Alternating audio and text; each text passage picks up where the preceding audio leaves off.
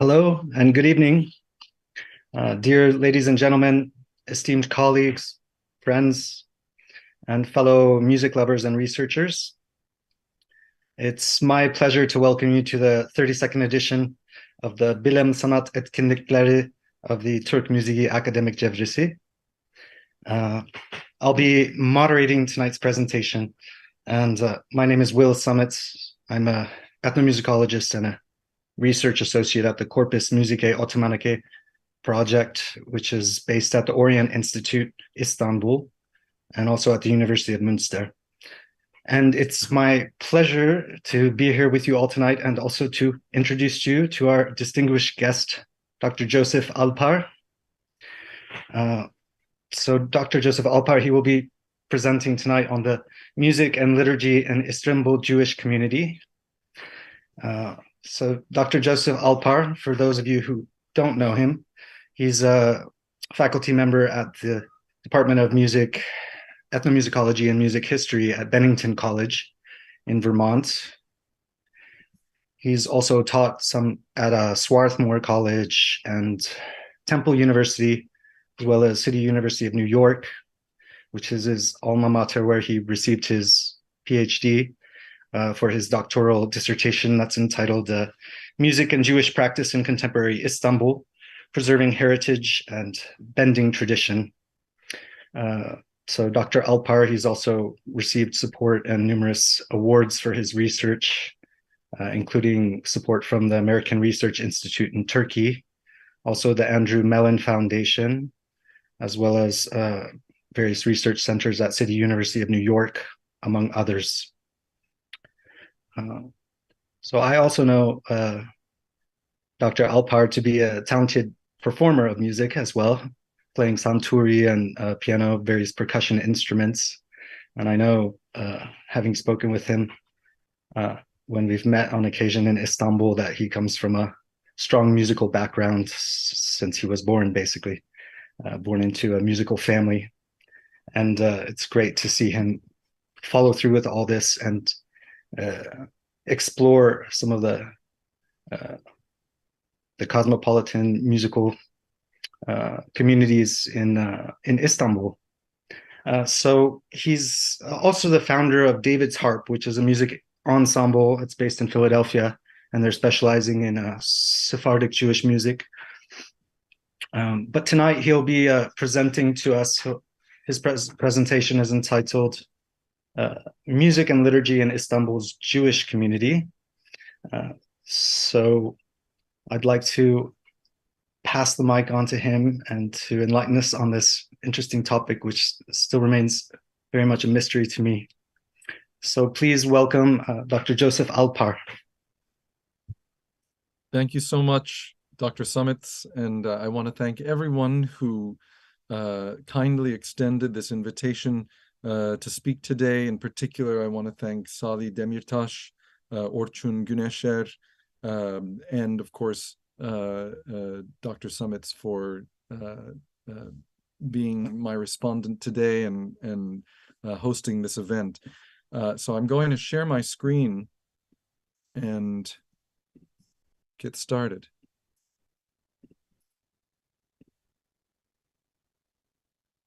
Hopefully everyone can see. Cruising along Istanbul's Golden Horn, my taxi driver left the main road and pulled over in front of a narrow side street. Sinagog var burada. The synagogue is here, the driver grumbled. If there's anything that an Istanbul taxi driver hates more than getting stuck in one of the city's notorious traffic jams, it is having to maneuver his way through unfamiliar and labyrinthine side streets. I paid him and stepped out onto the quiet road and walked a few feet to the entrance. Looking up at the enormous stone building in front of me, I saw a large cross etched in a center medallion just below the roof. The driver mistakenly had taken me not to the Ahrida synagogue, the oldest continuously functioning synagogue in Istanbul, but rather to the Ecumenical Patriarchate of Constantinople.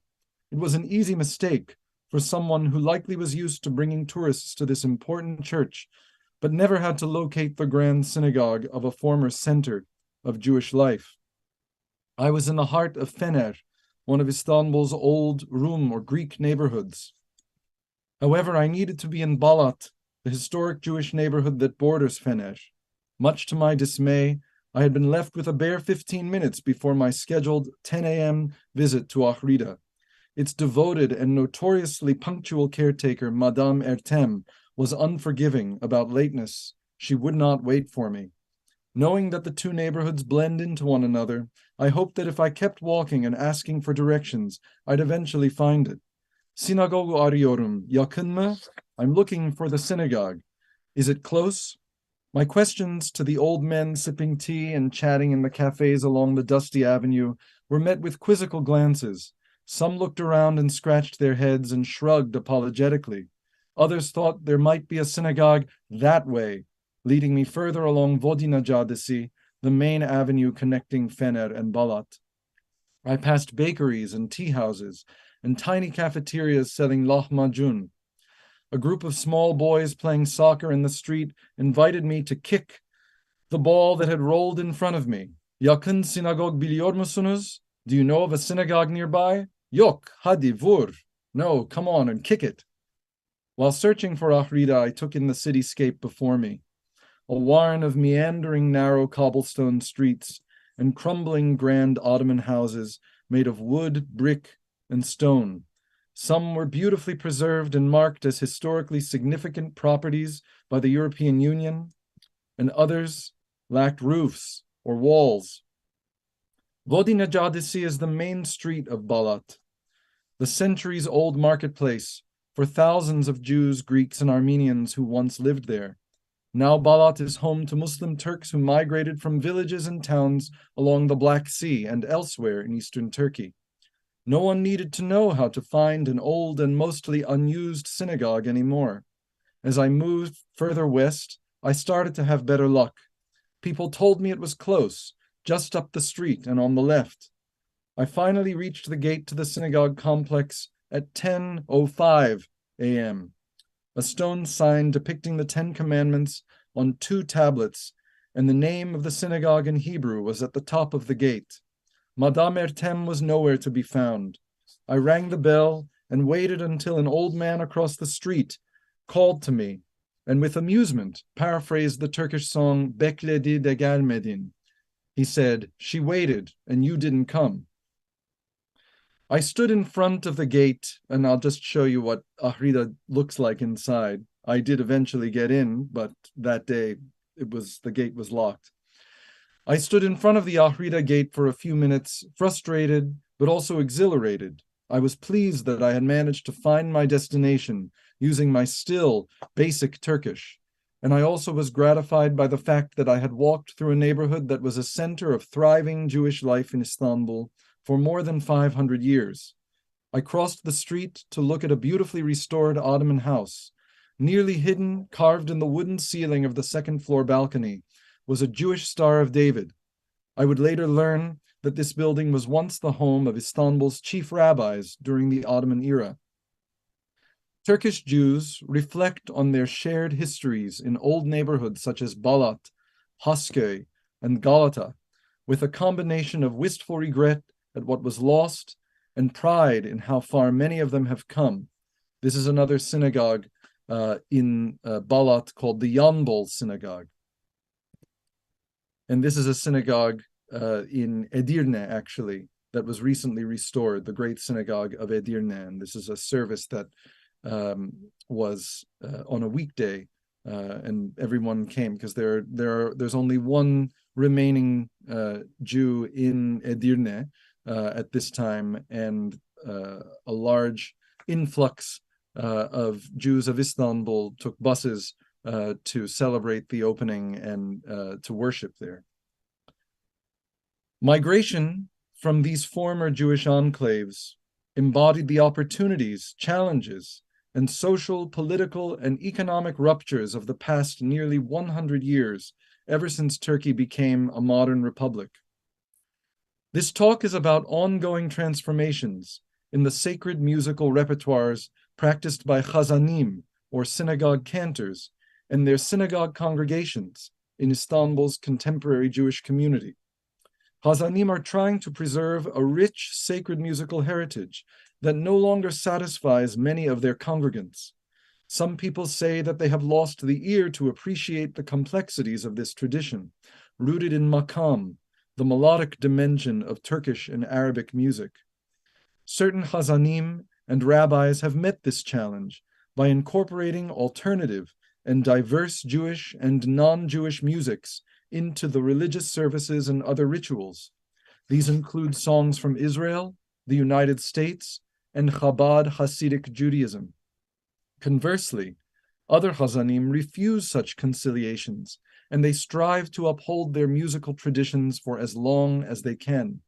My work is essentially about the musical choices that clergy and congregants make, and how these choices express what practicing Judaism in Turkey means to them. I argue that clergy and lay people alike negotiate their religious identities as Turkish Jews in the musical choices they make. I examine adjustments made to the musical components of ritual as responses to decades of Jewish religious life, as experienced under the authority of the secular Turkish state, and to the resurgence of religious observance within certain segments of the Jewish community. Newly religious and spiritually searching Jews now have a conflicted relationship with their community's historic sacred musical practices, appreciating their cultural significance, but questioning their relevance and efficacy. I assert that Hazanim and community members articulate ambivalent and changing attitudes about their Jewish identities, memory, and the value of local tradition in diverse approaches they take to making sacred music. Hazanim, again synagogue cantors, function as powerful anchors for sustaining a locally rooted Turkish Jewish tradition while creating new possibilities of Jewish experience through musical innovation. Within the past 20 years, a growing number of individuals in Istanbul's largely secular Jewish population have chosen to become more religious. They are looking beyond the local community for new ways of expressing their Judaism. Certain Hazanim have acquired added influence for these newly religious Jews as both guardians of local tradition and inventive religious leaders. Their musical, spiritual, and social work bridges local and global Jewish practices to best suit the needs of a community in transition. In this musically illustrated talk, I will explore some of these ideas through the lens of Shabbat or Sabbath music making in Istanbul, the music that happens between Friday evening and Saturday evening, the Sabbath. I hope that through the following stories, images, and music examples to provide a window into this vibrant community. And now a brief pause from talking with a little music. ויחולו השמיים והארץ וכל צבאם. ויכל אלוקים ביום השביעי מלאכתו אשר עשה. וישבות ביום השביעי מכל מלאכתו אשר עשה. ויברך אלוקים את יום השביעי ויקדש אותו. כי בו שבת מכל מלאכתו אשר ברא אלוקים לעשות. Nehavent makamı. Moshe Palachi uttered these words with a deep sense of gravity and reverence, following his demonstration of the Kiddush, the Friday evening prayer over wine in the Turkish mode or makam nihavent. His baritone voice was gentle, yet remarkably rich for a man in his 80s. He improvised using characteristic embellishments of nihavent, with sophistication and subtlety, revealing its distinctive arc and shape. I sat across from Rebbe Palachi one weekday in October at a table in Levi Lokantası, a kosher restaurant no longer in business, in the historic port neighborhood of Eminönü, overlooking the shores of the Golden Horn. Eminönü was and still is in some ways one of Istanbul's main commercial centers, a district of maddeningly busy winding streets, packed with customers bargaining with merchants over textiles, small electronics, toys, spices of every variety, and of course, coffee. At one point in time, hundreds of Jewish merchants worked in this neighborhood. Eminönü could even support a daily yeshiva, a school of Talmudic learning where men would study on their lunch breaks and come for morning and afternoon prayers. Today, the number of Jewish merchants has dwindled to a handful, Moshe Palachi among them. Some still loyally return each morning and afternoon to pray at the tiny former yeshiva of a marketplace hidden within Eminönü's maze of narrow and teeming alleyways. You can see this marketplace, Büyük Çorap Cihan. You walk through that portal and up a set of stairs and down the hallway, and there's a tiny synagogue, former yeshiva, that is still functioning to this day. As we sat sipping black tea, enjoying the cool breeze blowing in from the Bosphorus, Rebbe Palachi continued our impromptu makam lesson. It turned into more of a musicianship test for me.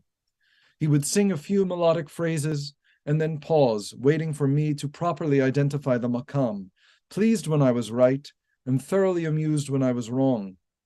A deeply religious man, Moshe Palachi was raised immersed in synagogue life and the local liturgical singing tradition, which is firmly rooted in makam and Turkish courtly musical practices.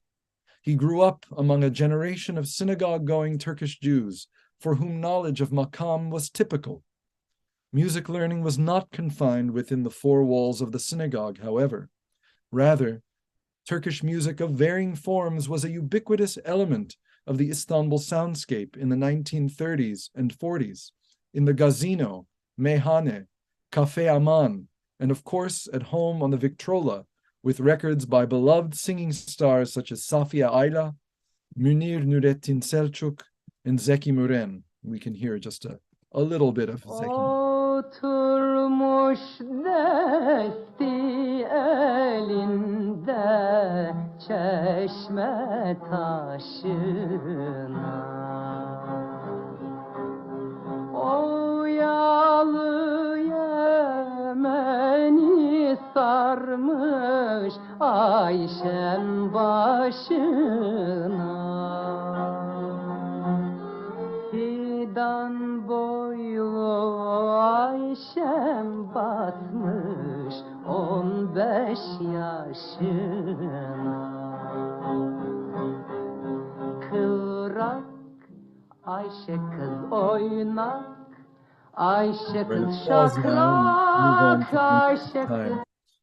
The Jewish community produced its own musical recording stars, the Chazanim Ishak Al-Ghazi, Haim Efendi, and the more recent Ishak Machoro, who passed away in 2004. And I'll play you just a snippet of each one of these wonderful artists and religious leaders, so you can hear their voices. This is Haim Efendi.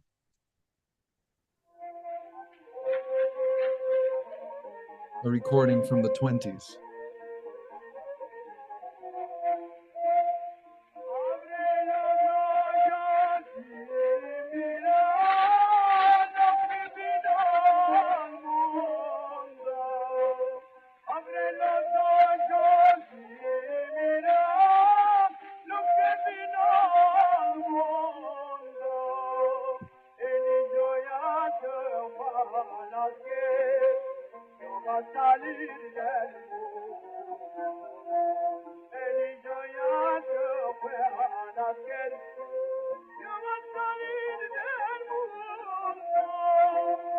I should point out that Haim Efendi recorded in Hebrew, in Turkish, and in this case in Judeo-Spanish or Ladino, the language of Sephardic Jews that they brought with them to Ottoman lands after expulsion from Spain from the Iberian Peninsula in 1492.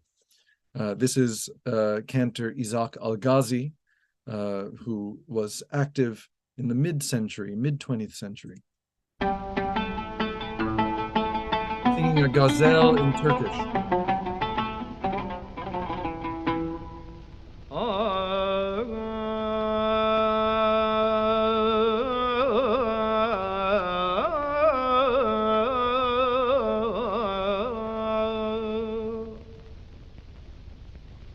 Sana dil verdim itekik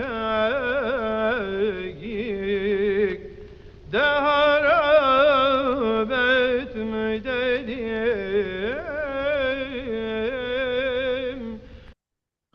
And this is Isaac Machoro,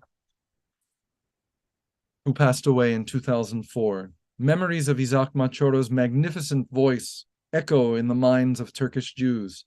Many refer to him as the greatest Turkish Hazan of his generation, and he was the chief cantor or Hazan of the community until his passing. I'm going to play you a short video clip of Machoro singing the 7 blessings at a wedding in Istanbul's Neve Shalom synagogue in Galata. This video was taken not long before his death at the age of 90 in 2008, and you can hear that he never lost his technique or richness of tone. And I'll also point out, to honor the memory of the Hazan in white, wearing the white crown directly next to Isaac Machoro, who passed away due to COVID, tragically, in 2020.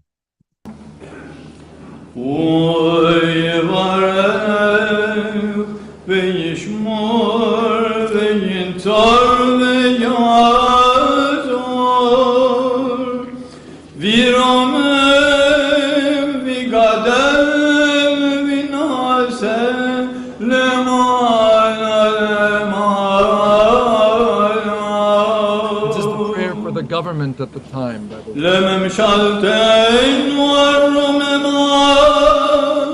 Türkiye Cumhuriyeti Ahmet Necdet Sezer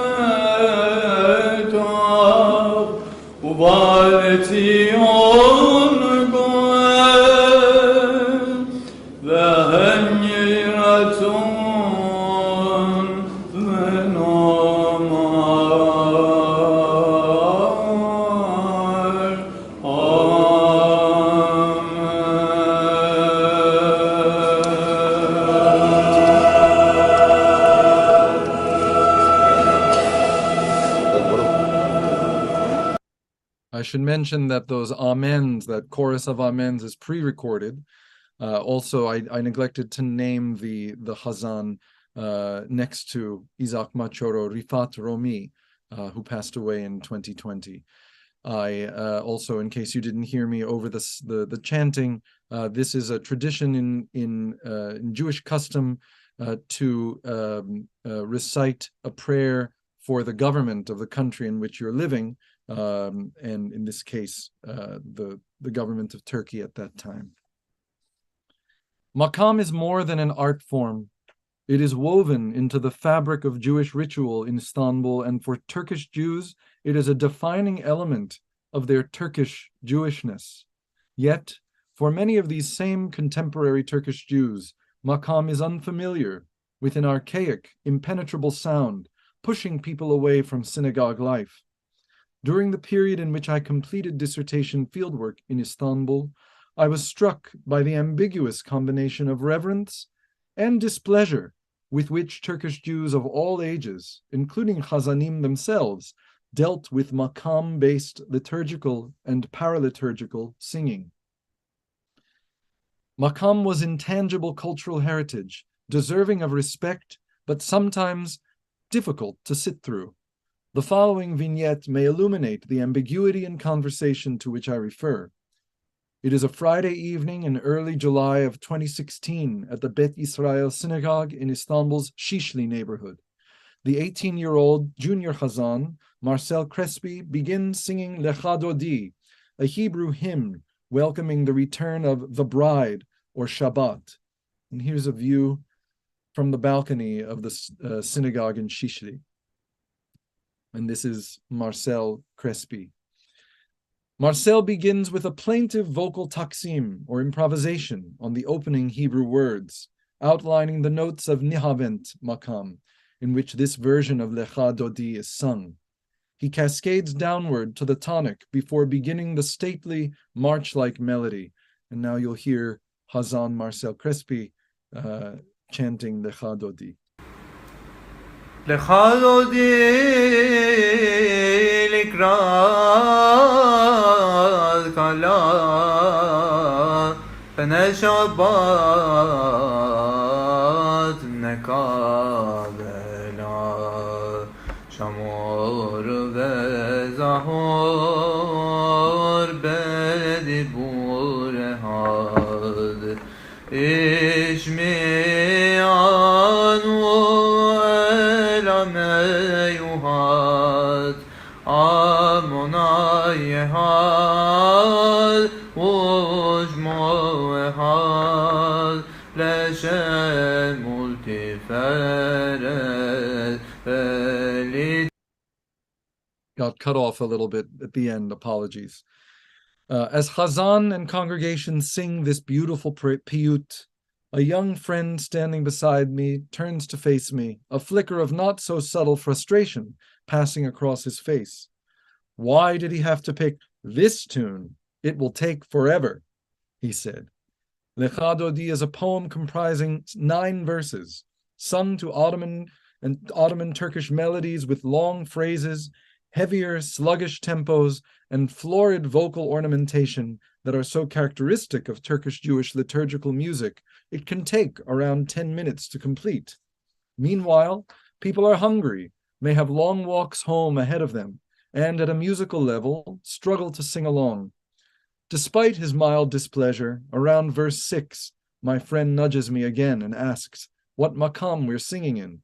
When I answer, Nihavent, he smiles, making a gesture indicating that he is impressed that I could answer, and turns to his father, proudly declaring, he knows all of our makams. This is our history. The father replies, Mashallah, before letting out an audible sigh of fatigue. 3 verses left. Many similarly ambiguous exchanges on makam reveal a tension between respect and frustration with the art form. Some of my interlocutors argue that many secular Turkish Jews cannot connect with makam in liturgy because they see it as yet another element of a religious way of life that is unapproachable, strict, and unforgiving. They trace these attitudes to the late 1940s and early 1950s, a period in which Turkish Jews and other religious minorities felt the pressures of a state ideology of secularism. After the founding of the State of Israel in 1948, thousands of Jews, many of whom were religious, made aliyah, or immigrated to Israel en masse. Most of the rabbis and many chazanim followed their communities to Israel, leaving a vacuum in Jewish ritual life. This void was filled, beginning in the 1950s, through the extraordinary and dedicated work of a teacher named Nisim Behar. He trained a multitude of young chazanim and rabbis in the local nusach, the liturgical practice, and wrote extensively on local Jewish practices and established strong synagogue schools for children to learn to read Torah, the Holy Scriptures, and synagogue prayers, or tfilot. Many Turkish Jews who grew up in that time describe Behar as uncompromising in his work, often roaming neighborhood streets, hunting for errant boys on Shabbat afternoons and pulling them by the ears back to the synagogue to learn. The Hazanim and rabbis Nisim Behar trained are the spiritual leaders of the community today, and they carry on his legacy. They all agree that the Turkish minhag, the custom or way of being Jewish, would not exist without his efforts. However, the somewhat darker side to this legacy was the zealousness, severity, and the all-or-nothing attitude with which he approached Jewish practice at a time in Turkey when Jews were made to feel uncomfortable about religious difference.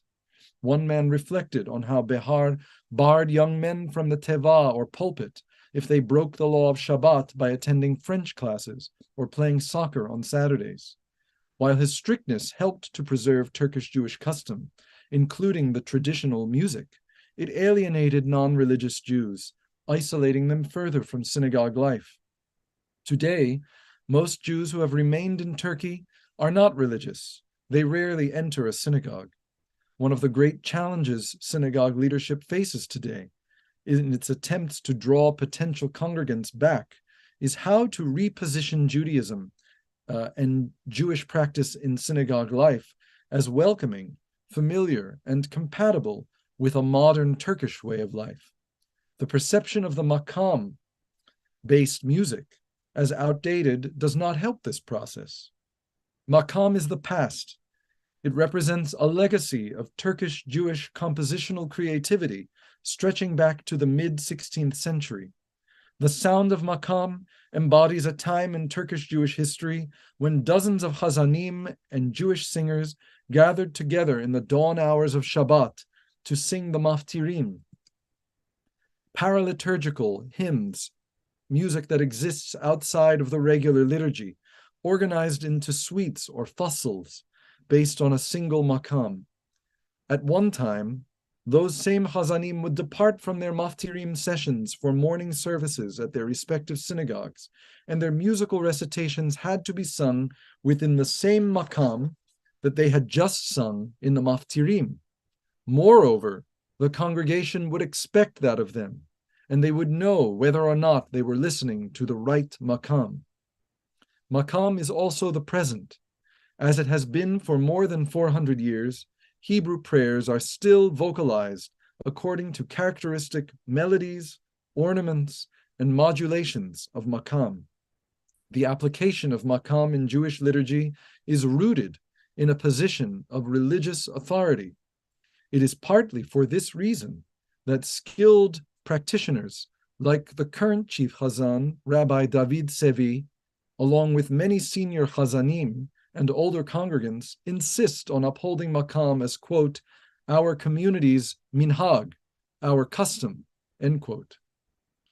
Current Hazanim recognize that some dilutions and weakening of Turkish Jewish liturgy are inevitable. For example, because no one can tell the difference any longer, they do not feel bound to sing exclusively in the makam of the maftirim of the week. Chief Hazan David Sevi argues that, quote, people don't expect one makam or another, and it gives me more freedom to experiment and to choose makams that inspire me in the moment. During Shacharit, the morning service on Saturdays, I might sing in Hijaz makam, but in the Musaf service, the additional service, I'll switch to Rast or Husseini. These are options that I didn't have at one time, he says. He continues, however, if there are particular melodies and makams associated with a certain holiday or chag in Hebrew, I will always insert them, end quote. And here's an excerpt of David Sevi singing his own rendition of the Kiddush, of the Vayechulu prayer, which precedes the prayer over wine in the Friday evening service. And you'll hear him chanting first. I just want to point out that this is not happening on a Friday evening because of the prohibition against using electronic equipment or igniting any sort of object like turning on a light or using a recording device on the Sabbath. So all of these field recordings were done on weekdays, and the members of the synagogue clergy were more than happy to record themselves or have me record them singing and chanting anything I requested of them. They were very kind. So this is David Sevi chanting the Vayechulu, the Kiddush on Friday nights.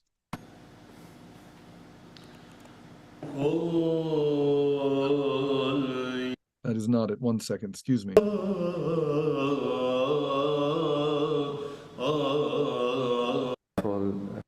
I'm so sorry, this video is not in the right spot. Here we go.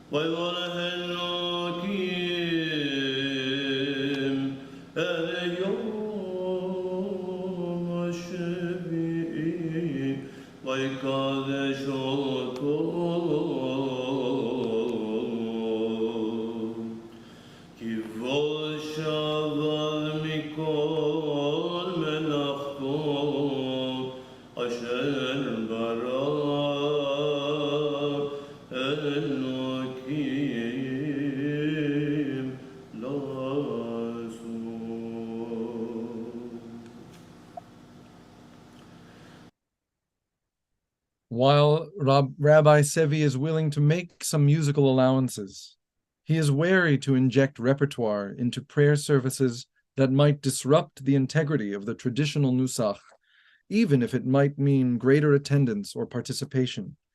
Other chazanim, however, take more liberal approaches to this challenge. They apply contrafacta to a variety of Shabbat prayers, choosing music that is lively, familiar, and inherently singable for participants who don't read Hebrew and do not yet know the vocabularies and choreographies of prayer. One Chazan trying to bridge these gaps is Izet Barokas, who has been successful in drawing new populations to synagogue services. The Chazan of Istanbul's Ortaköy synagogue, Izet is arguably pushing the boundaries of acceptability in his own highly successful modifications of Turkish Jewish liturgy. And this is a view from the balcony of the Ortaköy synagogue. Rather than limiting his renditions to Turkish classical repertoire, he opens it up to Ladino love songs, classic Israeli hits, songs from the musical Fiddler on the Roof, light Turkish popular music by artists like Zeki Müren, and even an Andrea Bocelli adaptation here and there. I recall my first time listening to Izet chant the Kedusha portion of the Amidah. He set the Hebrew text to the melody of Hatırla Sevgili, a popular Turkish waltz from the 1930s. And this is Izet performing at a Hanukkah celebration at Neve Shalom Synagogue. This is just a view, but this is the tune that he ultimately set, which I'll just play you a short example of.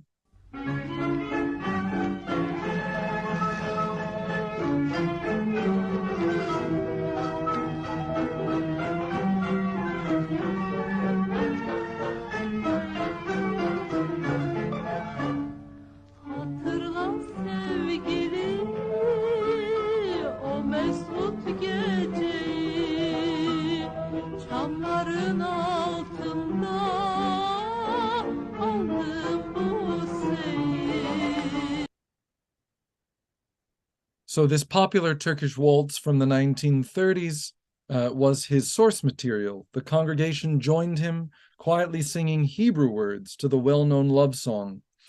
Izet explains that he faces a combination of praise and backlash from congregants and fellow Chazanim for his musical choices. His supporters, non-religious Jews with little knowledge of Hebrew and the structure of the service, argue that hearing recognizable music makes them feel more grounded and comfortable in unfamiliar territory.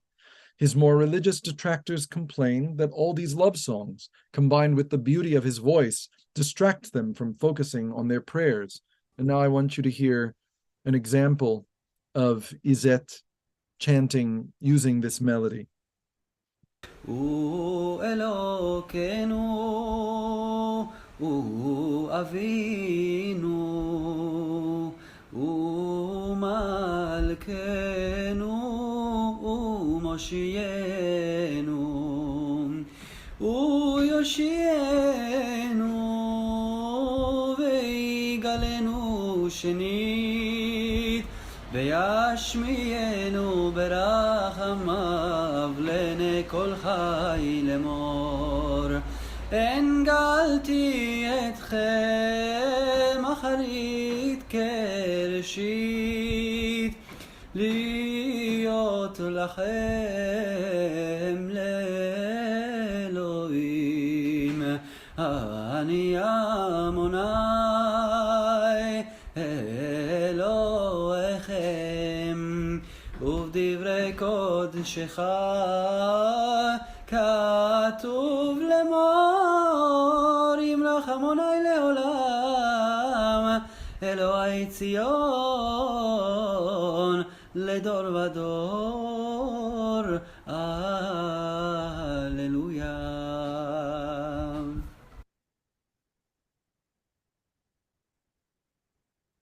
The quarrels over contrafacta, the substitution of existing melodies with new text, especially within this particular community, are not new.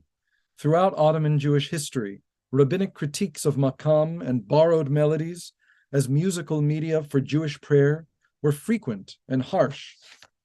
Nor is the debate over the use of traditional melodies versus more accessible musical material unique to this one Jewish community. As ethnomusicologist Judah Cohen has argued in his study of cantorial training in the Reform movement of Judaism, there is a delicate negotiation between what he calls congregational practicality and the usefulness of song leading, often rooted in popular musical genres, and the Hazan's allegiance and sense of belonging to a historic tradition of synagogue chant. Izet explains that his congregation is finding this balance by having multiple Hazanim willing to fulfill both needs. He enthusiastically argues that makam can survive if there is a balance. He says, and this is a quote that I have here on screen, makam is part of who we are, and we need to hold on to it. However, it has the power to alienate people in the community who don't understand it.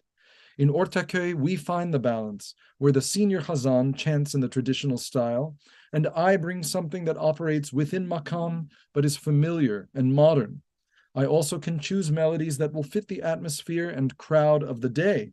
If they are more religious, I'll select ones I think that won't offend them.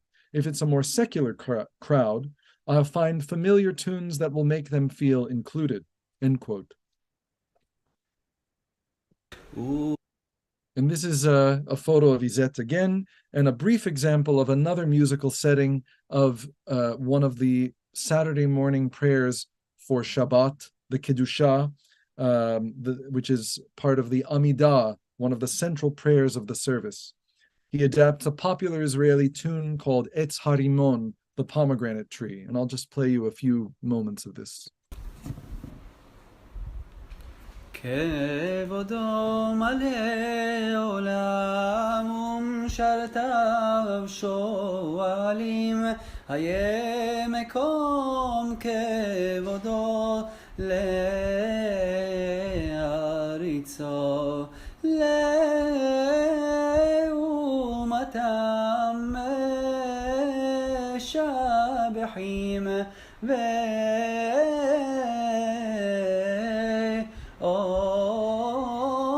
ואומרים ברוך כבוד עמוני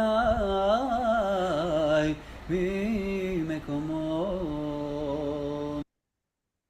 Some religiously observant and influential Jewish community leaders wish to build on Izet's particular approach and create additional opportunities to make the service more accessible and energetic, like services they have witnessed outside of Turkey. They see the future existence of synagogue life in Istanbul as dependent upon updating the image and experience of Shabbat services. But again, they face the challenge of keeping everyone comfortable and of performing the service according to the tenets of Orthodox Judaism. Quote, "We do not want to divide the community or alienate anyone by bending too far," end quote. Finally, I want to talk about one more dimension of Jewish music making in Istanbul, the presence of the Ḥabad movement.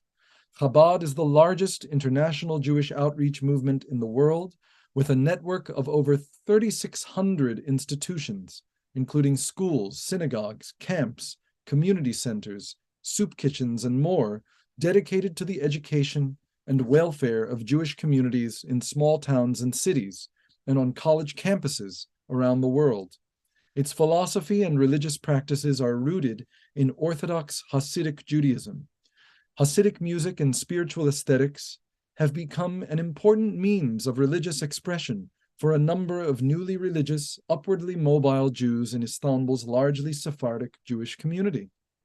These community members keep the laws of Shabbat, the Sabbath, and regularly attend Shabbat lunches at the home of Ḥabad's emissary in Istanbul, Rabbi Mendy Hitrik.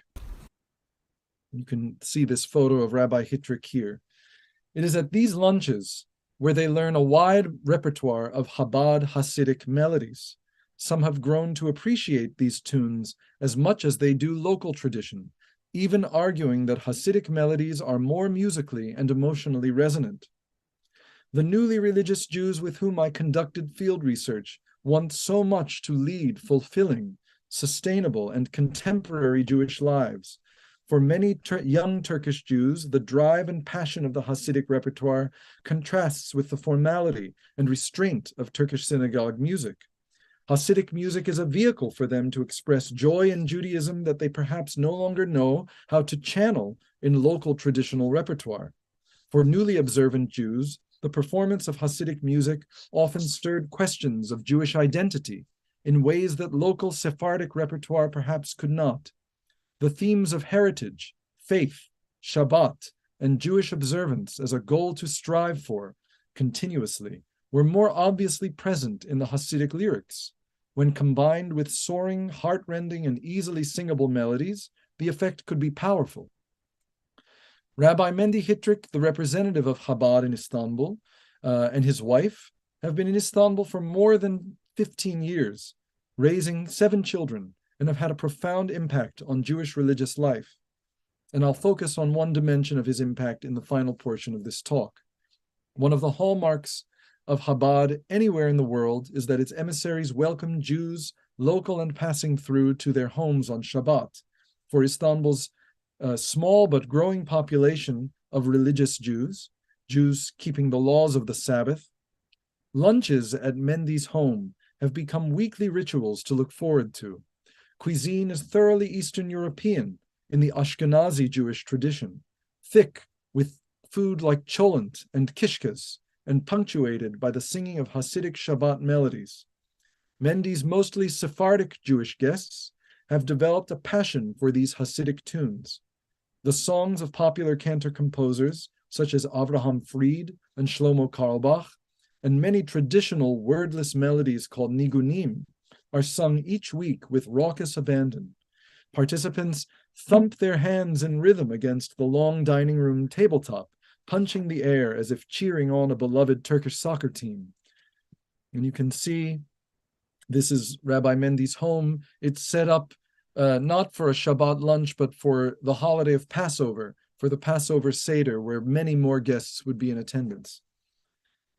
The energetic tableside singing has been fully embraced along with slower, what we might call schmaltzier, sentimental tunes some of which Mendy has translated into Turkish from the original Yiddish so that his Sephardic guests might understand the meaning.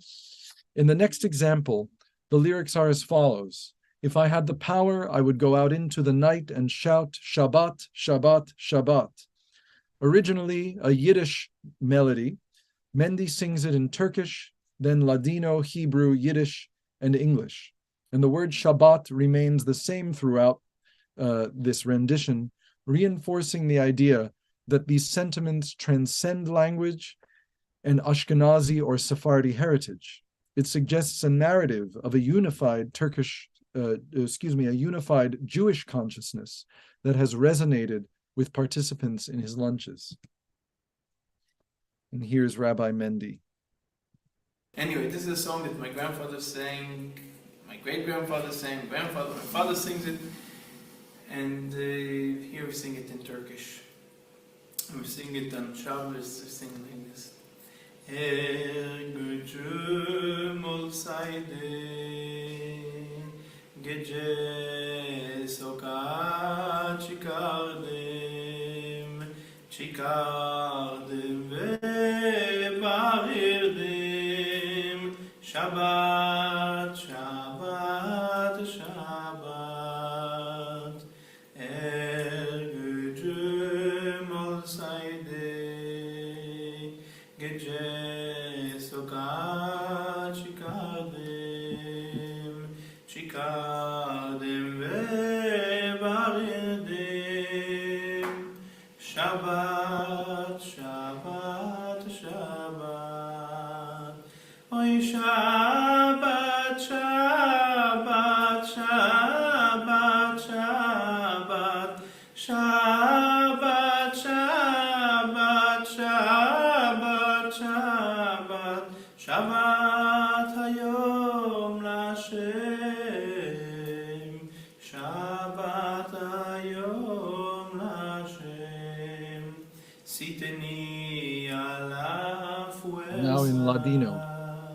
Caminaba en las calles. Caminaba y gritaba. Shabbat, Shabbat, Shabbat. If I would have the might, I would go out into the night. I would go out and shout, Shabbat, Shabbat, Shabbat. And like my grandfather used to sing, as it wohl gewesen bekoyach, Yiddish. wollte ich in die Gassen gelaufen und nicht wohl geschrien, Shabbos, Shabbos, Shabbos, Shabbos. Beyond the boundaries of Mendy's Shabbat lunches, some religious Turkish Jews actively select and listen to Hasidic music on their own. One young friend of mine, who had only become religious last year, told me, Hasidic music is my favorite. It's all I want to listen to now. A young Hazan at the Shishli synagogue invited me to his sister's wedding and gleefully told me that the first 5 dance tunes on the DJ's playlist would be Hasidic. Rabbi Mendy has also brought famous singer Avraham Fried to Istanbul for a sold-out holiday concert. That was 2 years ago, or more than 2 years ago. Notice halfway through the clip that I'll show you the line of dancers that includes Rabbi Mendy himself, as well as the chief rabbi of Turkey, the chief rabbi's son, who is the rabbi of the Ortaköy synagogue, and also the president of the community. Anyway, this is Avraham Fried, who is the featured performer.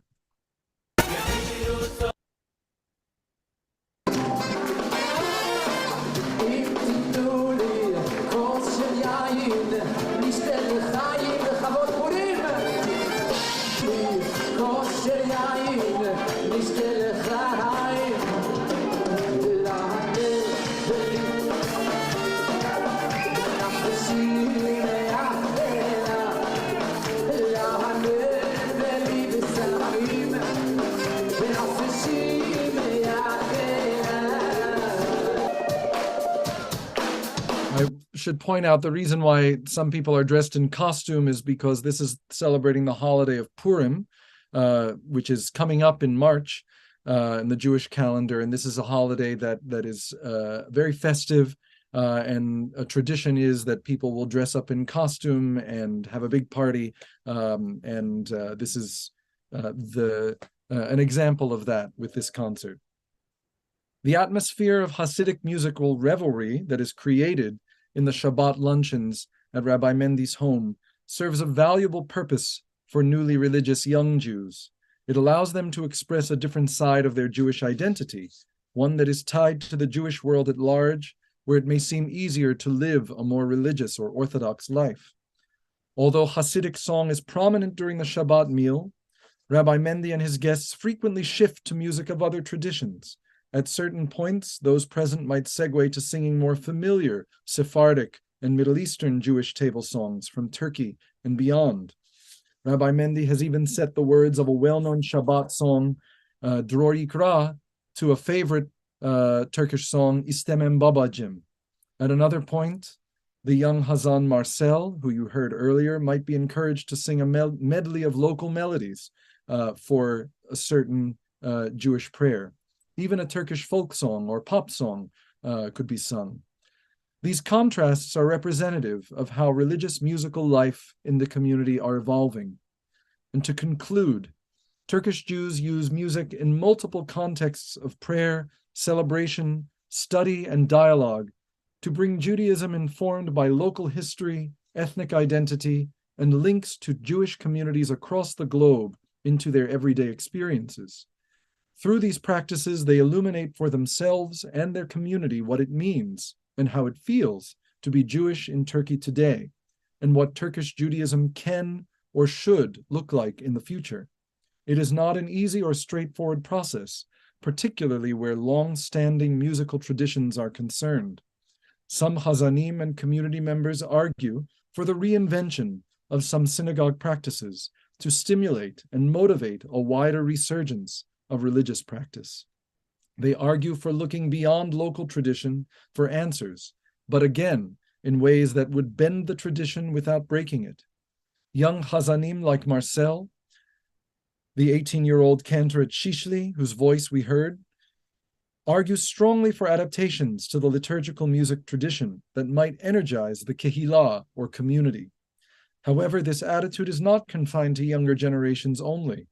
One of the community's older cantors, Menachem Darsa, once said in an interview, "I would like our traditional nusach to be preserved, although I also get tired of stretched out vocal lines and the slower tempos. Tradition should not be an obstacle and prevent new ideas and opportunities," he says. He continues, "Neither should the Hazan. The question is whether my prayer matters more than yours. I would do anything to make the community more interested in my prayer." End quote. Yet for others, the commitment to tradition is too great. In Chief Hazan Rabbi David Sevi's words, quote, "It is our custom, our minhag. It is who we are. How can we change that?" Thank you.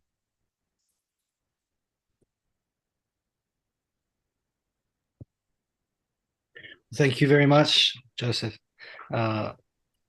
Fascinating information and story you've provided us with. And this is also a topic that I'm very interested in, this kind of tradition versus innovation, and when the innovation or when the limits of tradition become too strict and its effect on like religious practices or traditional practices, and how modernity, like the modern era and the interconnectedness of diaspora communities everywhere affects that. There are some questions coming in, right. And I do have probably some other questions, but there's a question coming from Professor Ruhi Ayengil. Ruhi Hoja is wondering about the etymological roots of Hazan and Hazanim. It sounds like it could possibly be related to Azan or Muezzin and some sort of, if you know the triliteral root or the etymological roots. That's a great question. I think that there is a relation to the term ezan And it's another word for Hazan is also shaliach tzibur, which means emissary of the congregation. I have to think actually what the etymological roots of Hazan actually are, but it's a word that's been used for really going back to ancient Jewish times, and it's literally a Jewish musician trained in synagogue musical prayer. But it's a good question to look at the etymology of that word that I used several times in this presentation. And I just want to make sure I didn't miss any aspects of Professor Ayangil's question. Well, he also has a follow-up question following that one. He's wondering, he says, in his opinion, due to various nationalistic reasons, a lot of Armenian singers have abandoned their makam style of recitation, sharakans, in the churches, and he's wondering if there might be a similar approach about the maftirim. Thank you. I'm not familiar with this Armenian recitation sharakan, but certainly the maftirim continues in a very modified form on Saturday afternoons now, only at the Shishli synagogue. It continues to be chanted from week to week. The maftirim season is from late fall to mid-spring. It's framed between two holidays, the holiday Simchat Torah in the fall, and then Passover or Pesach in the spring. And each week on Saturdays, a whole fossil of pre-programmed tunes, the maftirim, with poetry and melodies that go back to the 1600s on, are chanted, but it's a very small group that is able to uphold this tradition. The chief cantor, other Hazanim that join him, and some older members of the congregation who are familiar with this tradition will be able to participate.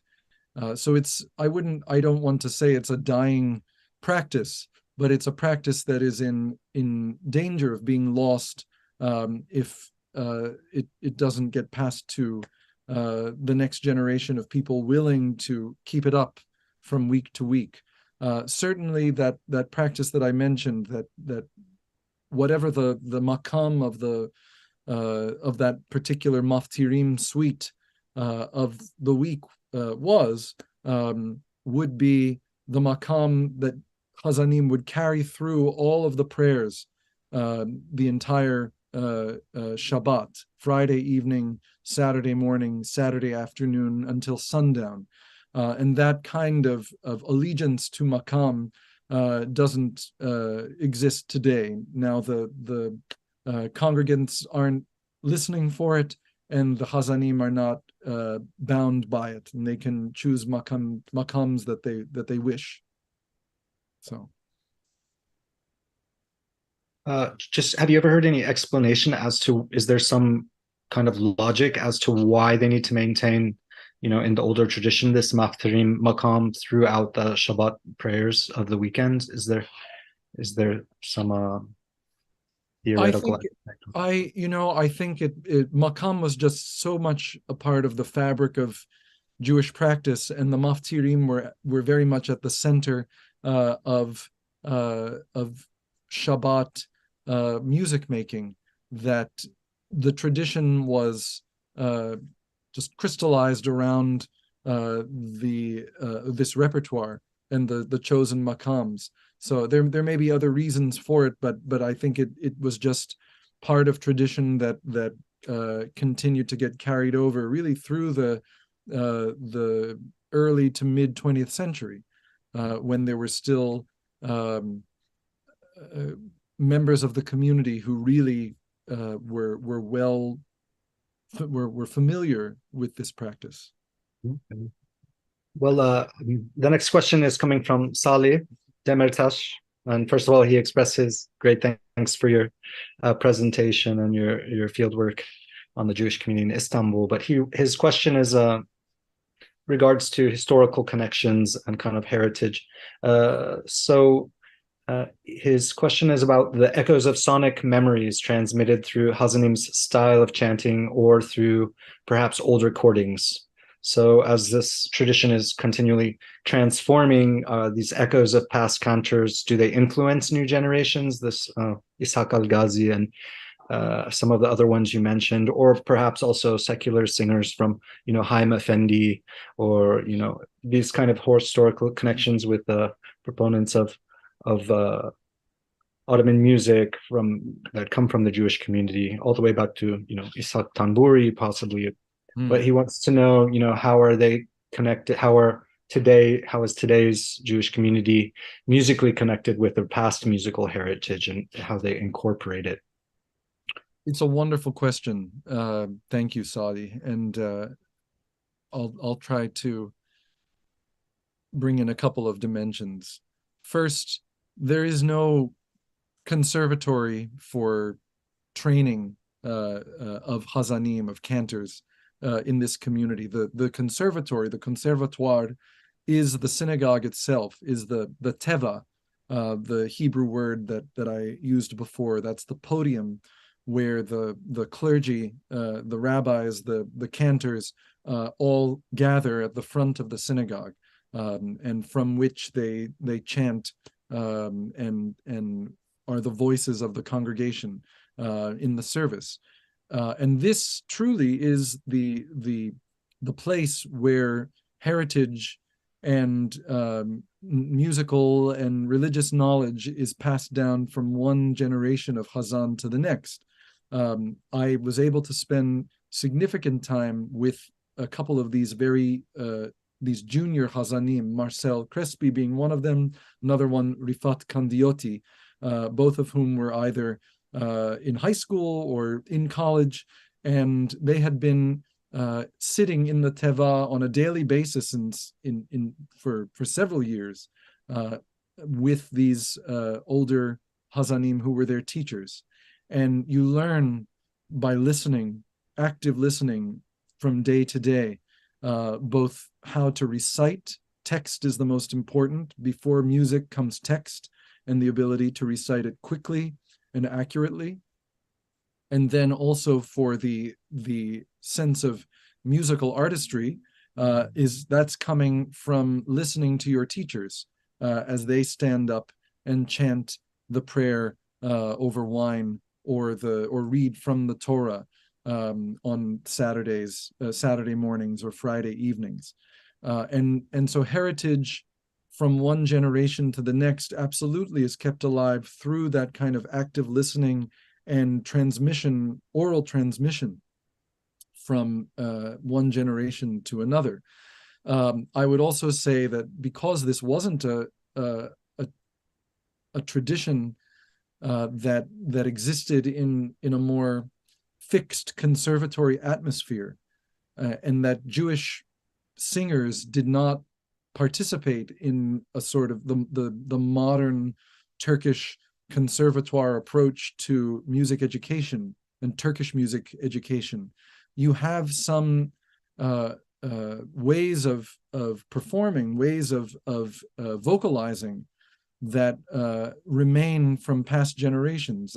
When I hear some of the Hazanim in the Shishli synagogue or in other synagogues throughout the city, it does sound like an older style of chanting, one that sounds more like not just Jewish singers like Haim Effendi or Ishaq al-Ghazi, but also other singers of the 1920s, 1930s that you hear on old 78 Tashplak recordings. The way that they use their voice to ornament and create a particular sound is much more of an older style than a contemporary way of singing Turkish classical music.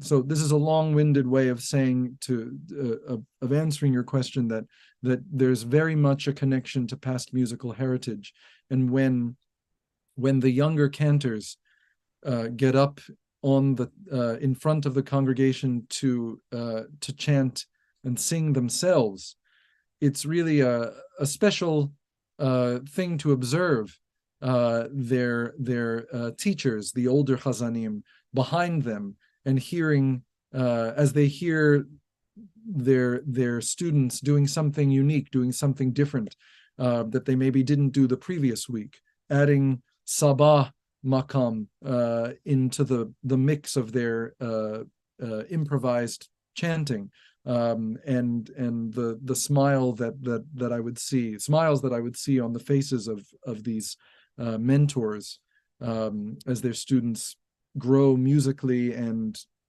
spiritually. It's really, really special. So I hope that begins to answer such a question.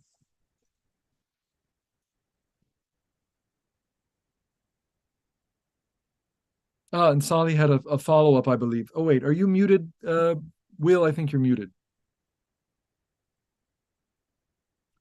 Will, can you hear me? I think you're muted.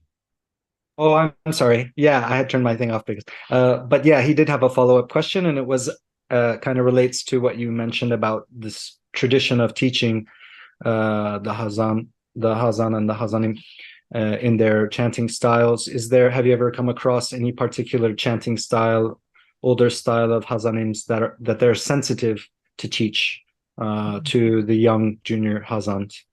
Is there kind of like any is there a hierarchy of things that are taught, and is there some things that are kind of more mystery or saved for later? I see. Yeah. Good. That's another excellent question. First, as I mentioned, before all else comes the ability to read Hebrew fluently and accurately. So, because the prayers lose their meaning if the words aren't present. And so musical content is obviously of crucial importance, but it's secondary to the need to be accurate with the prayers themselves. So, and for the younger cantors, they are expected to handle some of the larger chunks of prayer texts that need to be gone through quite quickly in order to have the service move along, and so they're reading extremely rapidly, but always accurately. So first reading, being able to chant the weekly portion of the Torah. These are the 5 books of Moses, beginning with Genesis all the way to Deuteronomy.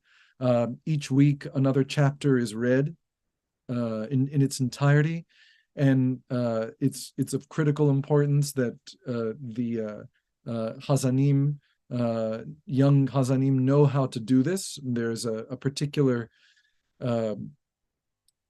cantillation. Cantillation is these are the kind of symbols, or even you could call it a notation that is applied to the words above and below the text of the Torah, that tell you how those words should be sung, and they need to learn how to do that properly. And they also need to be able to sing it, or chant it, I should say, tunefully, but not have it drift into more of a solo musical performance. There's a you could say a fine line between the artistry, musical artistry that exists in the chanting of Torah, and then having it become too florid, too melismatic, too much of a solo piece that takes away from what the content of these readings are about. And then little by little, more responsibility and opportunities are given to the younger cantors, chanting the prayer over wine, chanting a larger portion of text that would be entirely improvised. I should have mentioned there are portions of the service that are fixed melodically, and then there are portions that are wholly improvised on a maqam, on a particular maqam. And being able to do that requires a certain amount of comfort and knowledge, musically or otherwise, and being able to just sustain that for sometimes 20 minutes of continuous improvisation and chanting of Hebrew text. As far as more sensitive forms of chant, there are certain contexts that would require more experience. For example, presiding over a funeral, or other kinds of memorial services. This would be something that would not happen at the beginning of a Hazan's training, but one that they would progress toward as they became more comfortable in their role. Thank you. So there's another question here. It's coming from Maral Jivanyan, and Maral was asking, she says, thank you for the presentation. Also wondering if there's any instruments or ritual instruments played in the synagogue, and also like chanting performance, is a cappella live or is it by recorded sometimes? Also, I wondered the same if in maftarim also, if there's ever instruments used. But that's Maral's question. Thank you, Maral and Will, for the follow-up.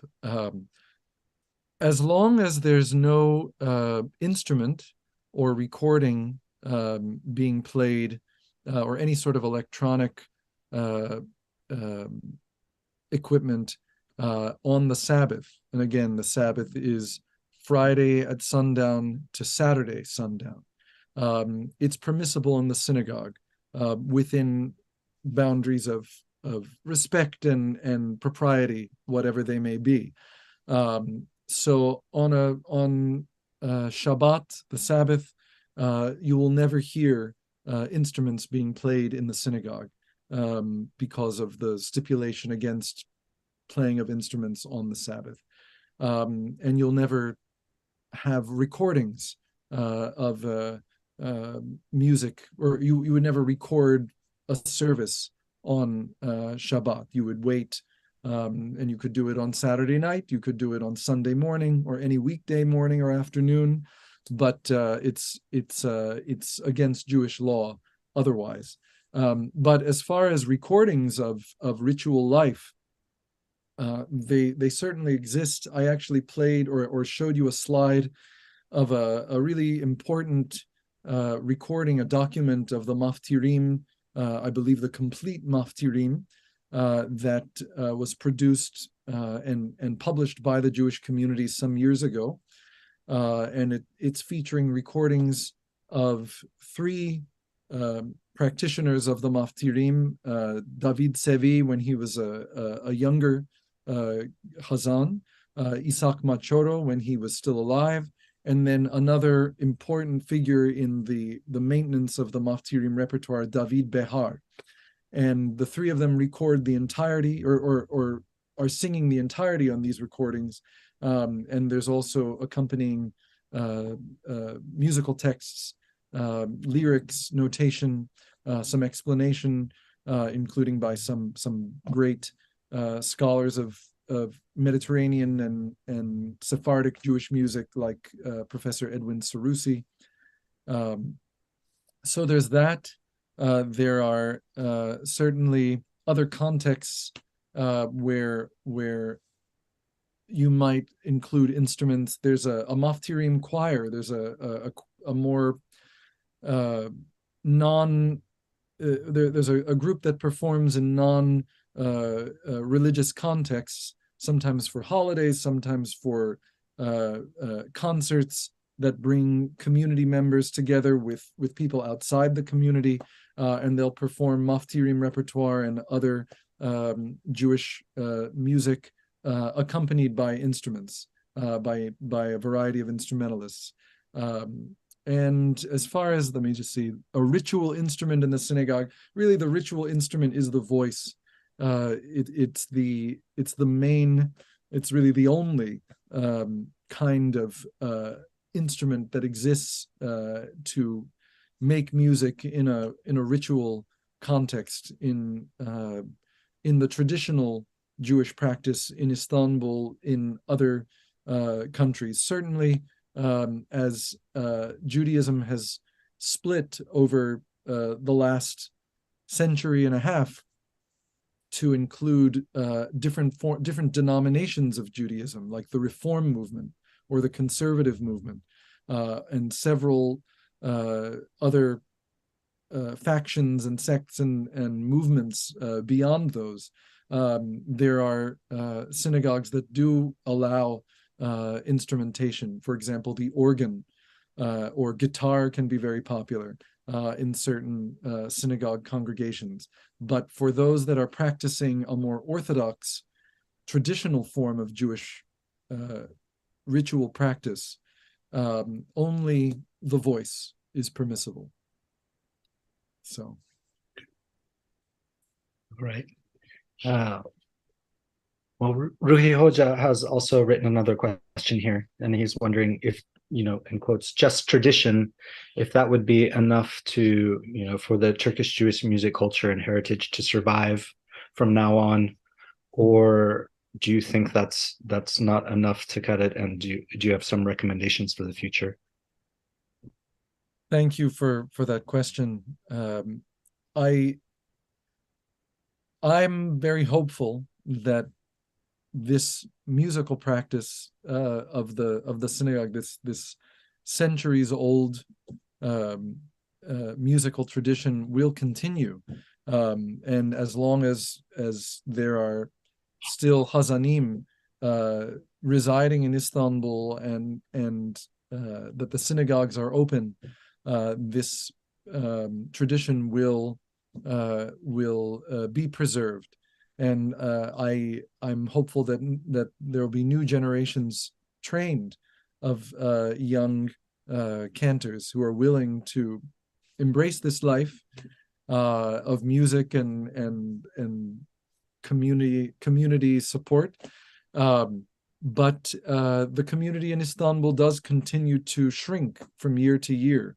I think right now there's about an average of 15,000 or less in the Jewish community of Istanbul, and then just about 1,000 in Izmir, which has its own very distinctive musical Jewish musical tradition, and then much smaller communities of less than 100 throughout Turkey. But there are Jewish communities that are with Turkish roots throughout the world. There's a large community in Seattle. There's a significant and growing community in Israel, including more recent emigres who are doing what they can to maintain a sense of their Turkish Jewish roots by opening synagogues and that are based in the Turkish Jewish practice, making sure that they retain some of the prayers that are distinctive to this community. And as I also pointed out, there are Hazanim in Istanbul today that are trying to find this balance where they maintain the local way of doing things, but then they also try to expand and take on some other ways of making music in the synagogue. And this balance is really what it's all about. And certainly another big project, and that's very important to me, is that some of these musical practices that are in danger of being lost are recorded in some way, that they get preserved. There are so many compositions for particular holidays, for particular times of year, that are wholly distinctive and important for study, for preservation, that I certainly think about, and what will happen to them when another generation of Hazanim retires or passes away. So it's a complicated subject, how to preserve, but one that is ongoing. Yeah, that's actually kind of what I was going to ask about. You mentioned this Turkish Jewish community in diaspora in Seattle and Israel. And I was just wondering, because some of the things that you mentioned in your presentation about, the dwindling kind of population of Jews in Turkey may also contribute to them feeling like isolated or kind of alienated from the greater Jewish community in other parts of the world. And I don't know if that has anything to do with them, some of the maybe non-religious or more secular Jews not wanting to hear maqam continuously and welcoming in these more pop or light songs or Ladino love songs or Fiddler on the Roof or whatever, not in the synagogue, maybe in other congregations. But I'm just wondering, because when you take from the 40s and 50s, the Jewish community that migrated from Turkey to Israel or to Seattle, there's a different kind of alienation and isolation there. And I'm just wondering if those communities come together and want to preserve their kind of Turkish, the Turkishness of their Jewish traditions, and if there's a little bit more of a drive to preserve the kind of the maftrim and all the makam singing styles of the Hazanim from Turkey. And on another side note, I'm wondering, just because so much of the Jewish diaspora in the world was coming from the makam cell world, from North Africa, in the Middle East, Iraq, everywhere actually, and lots of them ending up in Israel, having their individual communities, but also kind of being enmeshed with one another. I'm just wondering, is there a similar thing among young, I don't know if you have experience actually, if you've done any field work in Israel or in other places, but do you notice a difference, kind of like it's insider, outsider diaspora and their inclination to kind of stay closer to traditions? Yeah, great questions. I think we have to talk about these various communities also in terms of the generation of their departure from either Ottoman lands or modern Turkey, because and also the areas that they came from. For example, the community in Seattle, I think a large portion of them came from the island of Marmara, and then Western towns like Gallipoli, for example, and their practice very similar to the Istanbul practice, but also quite distinct. They came mostly in the early 20th century. I think it started with a couple of friends that decided to be bold and adventurous, and then they reported to their families and friends back home that this was a fantastic place, Seattle, and all of a sudden the migration began. Not to mention, of course, it was during a tumultuous period of empire transitioning to modern republic. And then you have a couple of generations of Turkish Jews who emigrated to Israel first in the 1940s, and then again another wave, I think, in the 1960s and 70s, and then just continuously since then. But those generations were not as committed to, I'm speaking specifically about the ones that went to Israel, about maintaining a sense of of distinctive Turkish Jewish life. They were in many ways trying to blend and become part of the wider melting pot of Israeli Jewish society, or Israeli society more generally. This new generation of Turkish Jews who have started to make aliyah, to immigrate to Israel, they're often more devout, more actively practicing Judaism, and so these customs that they cherish from the synagogues in Istanbul have become important to their preservation of their Turkish identity. And I haven't done field work yet in Israel, but really this project necessarily will continue in some of the towns in Israel where people have moved. For example, Ashdod and Ra'anana are two cities that have seen an influx of Turkish Jews in the last 10 years. And with that, new synagogues that are open to all, but with the Turkish custom at its center. And so I think I'm rambling and not being as precise with your question, but more or less these communities, depending on the generation, have and location, have been active or more active or less active in holding on to traditions. So the community in Seattle is extremely passionate and dedicated to upholding their customs, musical customs being very, very much at the center. And they have recordings, for example, of their synagogue cantors from different generations, keeping that music alive. The people that they hire, new generations, need to be trained to be able to sing those prayers properly. Two of the young cantors that I worked with in Istanbul now have made Aliyah to Israel, and they are they're doing all kinds of things. They're young, they're going to school, but preserving that music of the synagogue is still a part of their day-to-day life as well. Okay. Yeah, I think we're almost out of time, but there's one other question. Is it all Sure. right? Do you mind? It's coming from Salim Gure, and it's on this topic actually, because we were mentioning kind of the more secular Jewish community members and the hesitation towards makam.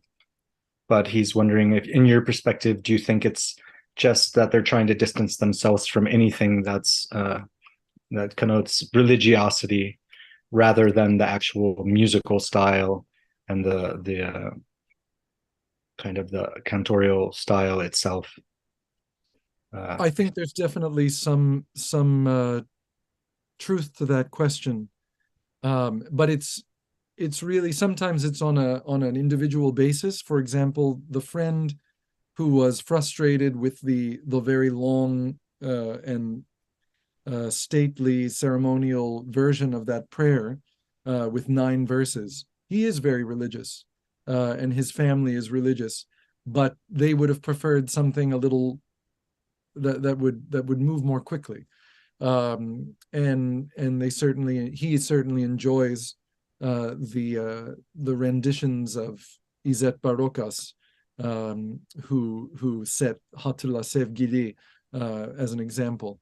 I think that there are people who are more devout, who find the secular melodies a source of discomfort, which is going back hundreds of years to rabbinic arguments against using makam music at all, but specifically love songs in prayer, because it's a source of distraction. And you have really fascinating rabbinic commentaries that tell the members of the community to beware makam, because it could lead you astray, and that certain hazanim would be reprimanded. This is 18th, 19th century, if they chose certain types of repertoire to use in synagogue prayer. But of course, this is something that has been going on for as long as Jews were engaging in the music of the surrounding culture. When the Jewish community adopted makam in its religious practice, it also adopted the repertoire that was known to them, and that was popular at that time.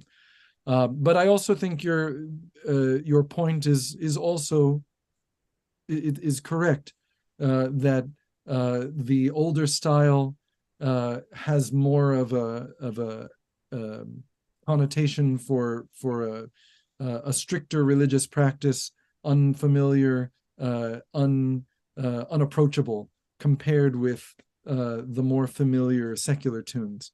So, but it does get complicated, and in some cases, there are people who are, it's not either secular or religious. There's a whole Spectrum. That's the word. A whole spectrum in between, and people can be one and the same in all sorts of ways. So it's complicated. That's all I can say. Well, thank you very much. Really a pleasure to be here moderating this with you and hear the fruits of your fieldwork and research. And also, I'd like to also thank Serkan and Eshref and Salih Demirtaş for all their tireless efforts organizing this thing, and everyone at TUMAC. This is the only names on the tip of my tongue that I can mention. But thank you, Dr. Joseph Alpar. It was a pleasure to be with you tonight. I also am very grateful to you all for this invitation, to Serkan, Eshref, Salih, Orçun, and everyone at TUMAC. It's really a great honor to be here and to have shared some of my research with you. Thank you. Good night, everyone. Good night.